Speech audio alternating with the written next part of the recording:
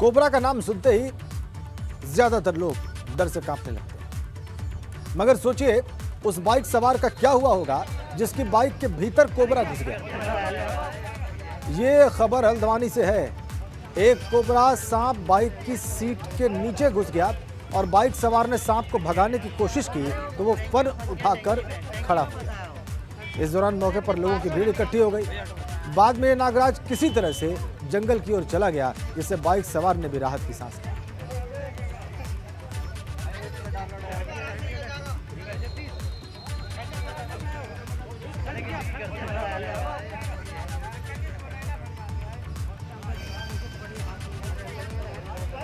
देखिए आप कैसे फन उठाकर डराने की कोशिश कर रहा है ये नागराज। ये कोबरा सांप बाइक की सीट के नीचे था। बाइक सवार ने जब इसे भगाने की कोशिश की, सीट से उतारने की कोशिश की तो ये फन उठाकर खड़ा। बाद में खुद ब खुद ये जंगल की ओर चला।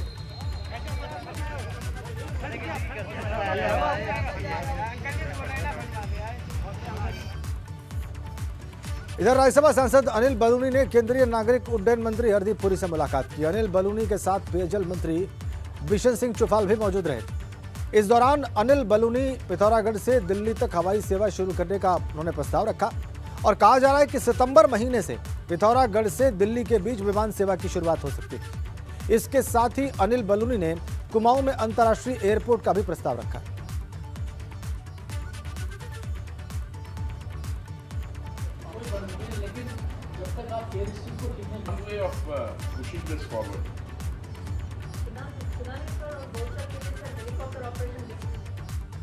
उत्तराखंड में एयर कनेक्टिविटी को बेहतर करने को लेकर विस्तार से चर्चा हुई है। विशेषकर पिथौरागढ़ से जो हमारी एयर कनेक्टिविटी को सुधारने के लिए और वहां से हवाई सेवा को नियमित रूप से चलाने के लेकर बातचीत हुई है।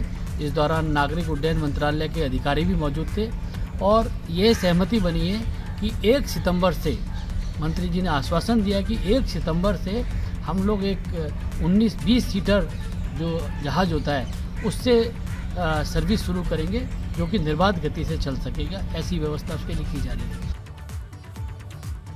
और काशीपुर के दौरे पर पहुंचे पूर्व सीएम त्रिवेंद्र सिंह रावत ने एक और बड़ा बयान दिया है। त्रिवेंद्र सिंह रावत ने कहा है कि अब वो काम करके थक चुके हैं, पार्टी को ऊर्जावान नेता की आवश्यकता है। और उन्होंने ये भी कहा कि 2022 का चुनाव तीरथ सिंह रावत के नेतृत्व में ही लड़ा जाएगा।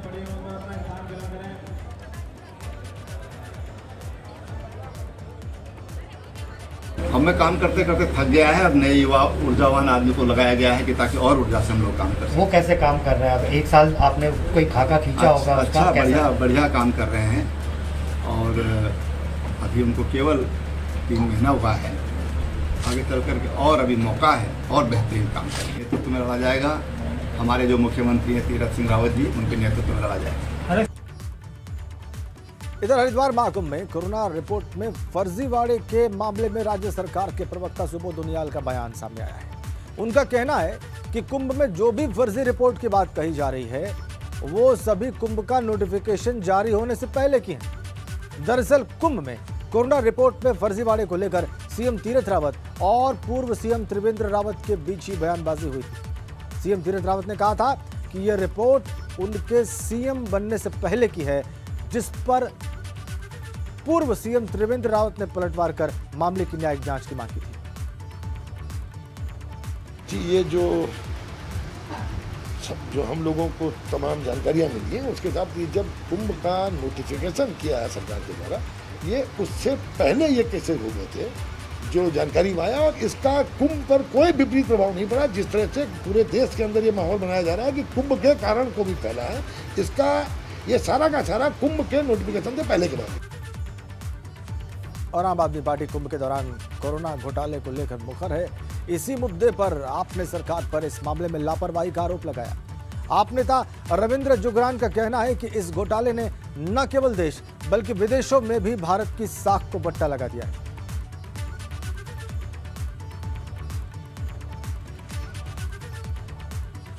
हमारा कहना यह है कि TSR-1 और TSR-2 दोनों एक दूसरे पर आरोप लगा रहे हैं कि ये इनके टाइम का घोटाला है, इनके टाइम का घोटाला है। लाखों फर्जी जांच रिपोर्ट सामने आ गई है, पता नहीं कितनी लाख और हो सकती है। तो जब दोनों ने स्वीकार कर लिया और दोनों स्वास्थ्य मंत्री रहे हैं, तो वर्तमान मुख्यमंत्री जी को नैतिकता के आधार पर इस्तीफा देना चाहिए। भाई आप स्वास्थ्य मंत्री हो, अगर आप एसआईटी बैठा रहे हो तो आप मामले को दबा रहे हो। नैतिकता के आधार पर इस्तीफे की मांग की आम आदमी पार्टी के प्रवक्ता ने। इधर हल्द्वानी पहुंचे पूर्व मुख्यमंत्री त्रिवेंद्र सिंह रावत ने कुंभ में हुए टेस्टिंग घोटाले से इनकार किया। उन्होंने कहा कि इस मामले की एसआईटी जांच चल रही है। जांच में सब चीज़ें स्पष्ट हो जाएंगी, इसलिए जांच के परिणाम की प्रतीक्षा करना चाहिए। विपक्ष जो बोल रहा है, तो माननीय मुख्यमंत्री जी ने उसके लिए एसआईटी गठित की है। एसआईटी काम कर रही है, बहुत जल्दी सारी चीज़ें सामने आ जाएंगी। लेकिन बताया जा रहा है कि जो टेस्ट हुए थे वो बीजेपी के किसी जानने वाले की कंपनी की को दिया गया। हमारे जानने वाले तो आप लोग भी हैं, सभी जानने वाले आप भी आ जाते हैं, आपको भी क्या पता मिल जाता। इधर नैनीताल हाईकोर्ट ने हरिद्वार कुंभ के दौरान कोविड जांच में धोखाधड़ी के आरोप में मैक्स कॉर्पोरेट सर्विसेज को राहत दी है। मैक्स कॉर्पोरेट को राहत देते हुए उनकी गिरफ्तारी नहीं करने के सवाल पर उन्हें जांच में सहयोग करने को कहा है। और ऑनरेबल कोर्ट ने हमको Arnesh Kumar versus state of Bihar के केस की लाइट में प्रोटेक्शन भी ग्रांट की है और हमको फर्दर डायरेक्शन दिया है कि हम 25 तारीख को इन्वेस्टिगेटिंग ऑफिसर के सामने अपीयर हों और अपने बयान दर्ज कराएं। हमारा शुरू से इस केस में हमारे क्लाइंट का कंसिस्टेंट स्टैंड है कि कोई भी एलिज स्कैम में हमारा इन्वॉल्वमेंट नहीं है और जिस भी तरीके से इन्वेस्टिगेटिंग ऑफिसर कोऑपरेशन चाहते हैं, हम 25 तारीख को उनके सामने अपीयर होंगे और उसमें जो भी और एनी अदर फर्दर डेट्स पे अगर आईओ हमारी कोऑपरेशन की रिक्वायरमेंट है तो हम उसमें पूरा कोऑपरेट करेंगे। तो in that light we have been granted protection by honourable high. इधर कर्मकार कल्याण बोर्ड में श्रम मंत्री हरक सिंह रावत और अध्यक्ष की लड़ाई आए दिन नए बयानों के साथ सामने आ रही है। यहां पर अध्यक्ष शमशेर सत्यपाल कर्मकार बोर्ड में हुए कामों की सीबीआई जांच कराकर मंत्री हरक सिंह रावत पर सवाल खड़े कर रहे हैं और वहीं अब मंत्री हरक सिंह रावत ने भी खुलकर चुनौती देनी शुरू कर दिया है। हरक सिंह रावत ने कहा है कि कर्मकार बोर्ड में हुए कामों की सीबीआई क्या किसी भी एजेंसी से जांच करा ले, उसके लिए वो तैयार है। आज क्यों कह रहे हो इस बात को कि सीबीआई जांच होनी चाहिए? करा लेते जांच। भाई जो अध्यक्ष 20 अक्टूबर को अध्यक्ष हो गया ना, 20 अक्टूबर अध्यक्ष हो गया, 22 आज कितने महीने हो गए,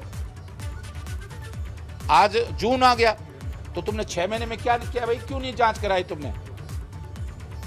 और आप कहोगे मुख्यमंत्री बदल गया इसलिए मैं अब जांच नहीं हो रही है, तो त्रिवेंद्र राव जी जब मुख्यमंत्री थे तब क्यों जांच करा लेते?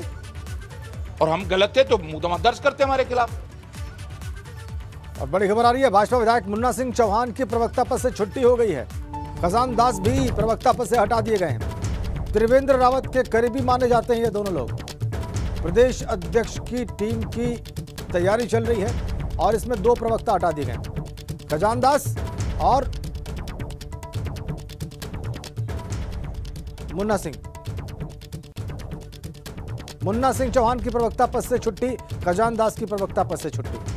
दोनों ही पूर्व मुख्यमंत्री के करीबी माने जाते हैं।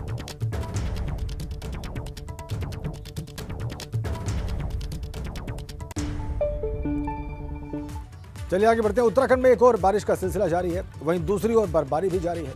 चमोली जिले के तमाम ऊंचाई वाले स्थानों पर जमकर बर्फबारी दिखाई दे रही है।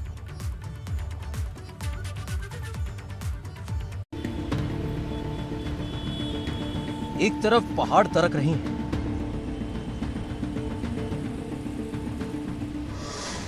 नदियां उफान पर बह रही हैं,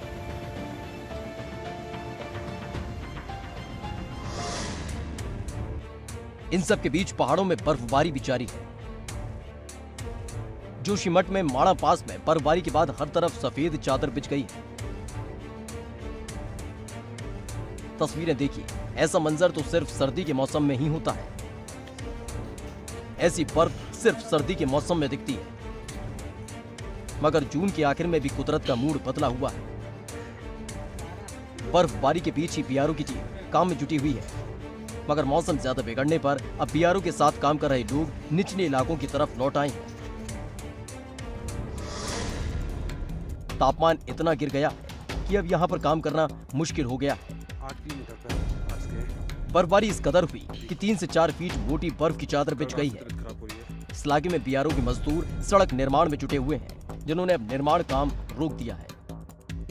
एबीपी गंगा के लिए जोशीमठ से रणजीत रावत की रिपोर्ट।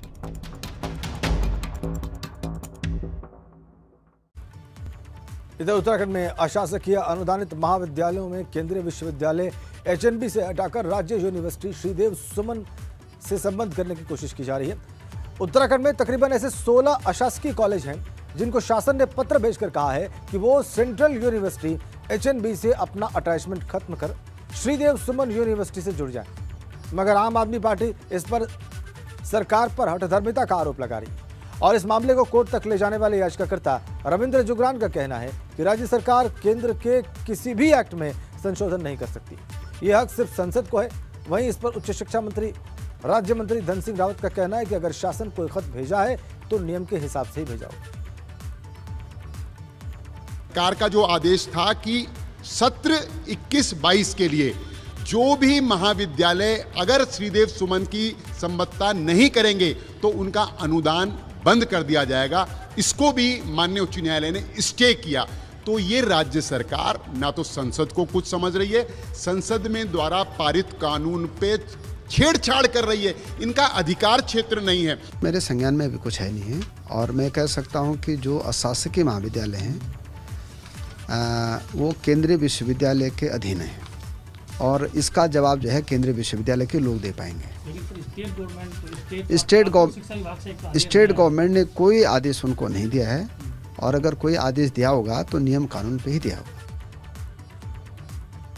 इधर उत्तराखंड में कोरोना संक्रमण की रफ्तार धीमी होने से कुछ राहत जरूर मिली है, लेकिन ब्लैक फंगस के बढ़ते मामलों ने स्वास्थ्य विभाग की चिंता बढ़ा दी है।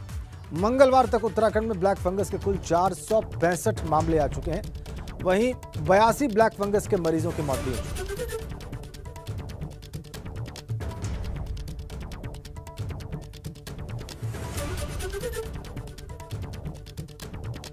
इंजेक्शन हमारा कंटिन्यूटी में मिल रहा है, ऐसा नहीं है किसी कमी है। हम लोग बल्क में तो नहीं मिल पाता है, लेकिन कंटिन्यूटी में हमको जैसे हर दूसरे दिन में हमको 300, 400, 500 तो हम लोग दे रहे हैं, जहाँ जहाँ जरूरत पड़ रही है हम लेके जा रहे हैं। और उत्तराखंड में कोरोना के केस भले ही कम हो रहे हो, मगर तीसरी लहर की आशंका से स्वास्थ्य विभाग परेशान है। कोरोना की तीसरी लहर को लेकर रुड़की में ज्वाइंट मजिस्ट्रेट ने अस्पताल का औचक निरीक्षण किया। इस दौरान उन्होंने आईसीयू वार्ड और ऑक्सीजन प्लांट के बारे में जानकारी ली। साथ साथ अस्पताल में बनाए गए डेंगू आइसोलेशन वार्ड का भी ज्वाइंट मजिस्ट्रेट ने जायजा लिया। डेंगू को लेकर यहाँ पे प्रिपरेशन काफ़ी अच्छी दिखाई दी। एक अलग से आइसोलेशन केंद्र बना रखा है और वहाँ पे प्रत्येक बेड को अच्छी तरीके से कवर किया जा सकता है। आप देखें तो काफ़ी बढ़िया व्यवस्था है। उसके अतिरिक्त कुछ छोटी मोटी जो इश्यूज़ हैं वो सीएमएस साहब के संज्ञान में ला दिए गए हैं। और काशीपुर पुलिस ने एक मकान में चल रहे सेक्स रैकेट का खुलासा किया है। पुलिस ने मौके से कई पुरुषों और महिलाओं को आपत्तिजनक स्थिति में गिरफ्तार किया। पुलिस का कहना है कि उसे लंबे समय से शिकायतें मिल रही थी कि इस मकान में सेक्स रैकेट चलता है। मुखबिर की सूचना पर पुलिस ने छापेमारी की तो मौके से 2 पुरुष और 4 महिलाओं को गिरफ्तार कर लिया।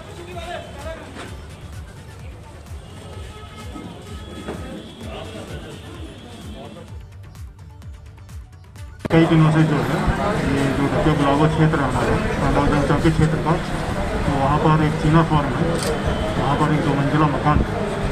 तो यहाँ काफ़ी समय से जो है सूचना प्राप्त हो रही थी कि यहाँ पे कुछ औरतों के द्वारा अनैतिक व्यापार का धंधा किया जा रहा है।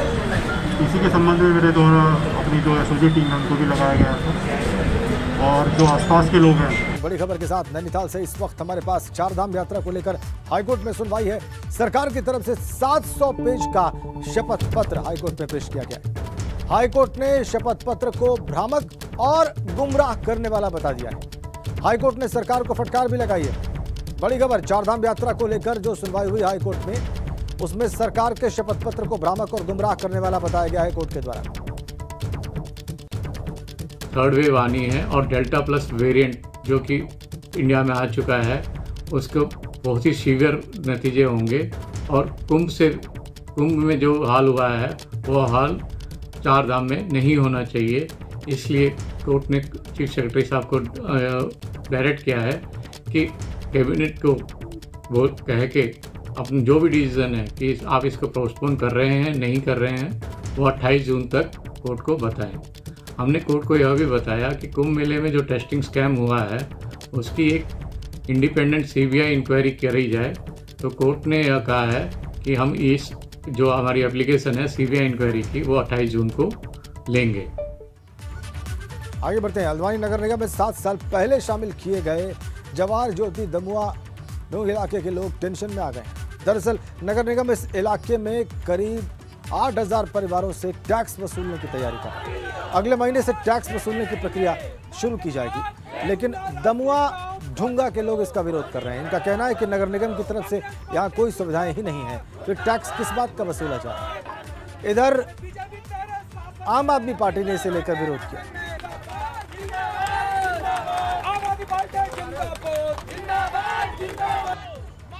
सबसे पहली बात तो बेरोजगारी चरम सीमा पे है, खाना नहीं है, किसी के पास खाना नहीं है। अब टैक्स लगाएंगे तो हम लोग रातों की नींद उड़ गई है, कैसे इस चीज़ को करेंगे? आप समझ सकते हैं ना, कैसे हम इस चीज़ को कैसे समझेंगे कि हम टैक्स कैसे भरेंगे? हमारे पास खाने को भी नहीं है और बहुत सारी समस्याओं से जूझना पड़ता है। पहले आपसे क्या कहा था जब नगर निगम में से शामिल किया गया था, तब क्या कहा गया था आपको? हमसे कहा गया था कि इसे राजस्व गांव घोषित करेंगे।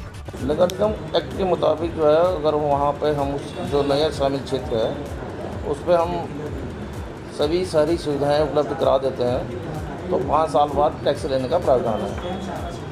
वर्तमान में नगर निगम द्वारा वहाँ पे मार्ग प्रकाश की व्यवस्था कर दी गई है, सड़कों का निर्माण कर दिया गया है और डोर टू डोर वहाँ का कूड़ा कलेक्शन हो रहा है और सफाई के लिए कर्मचारी नियुक्त कर दिए गए।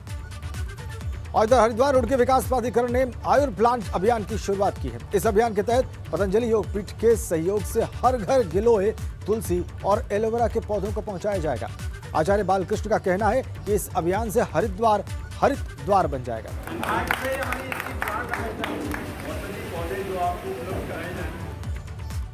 इधर हरिद्वार के डीएम सी रविशंकर ने लक्सर में शिविर लगाया, जिसमें डीएम के सामने शिकायतों का अंबार ही लग गया। शिविर में 4 गांव की 350 शिकायतें पहुंची। शिविर में आई ज्यादातर शिकायतें तटबंध से संबंधित थी। ज्यादातर शिकायतों पर ग्रामीणों ने तटबंध के पुनर्निर्माण की मांग की।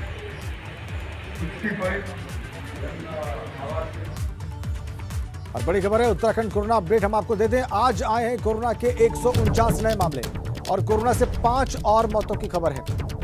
152 मरीज इसी बीच में ठीक हुए हैं और डिस्चार्ज किए गए। तो कोरोना का आंकड़ा उत्तराखंड में भी कम होता हुआ, नए केसेस 149 और ठीक हुए मरीजों की संख्या 152, 5 मरीजों की मौत।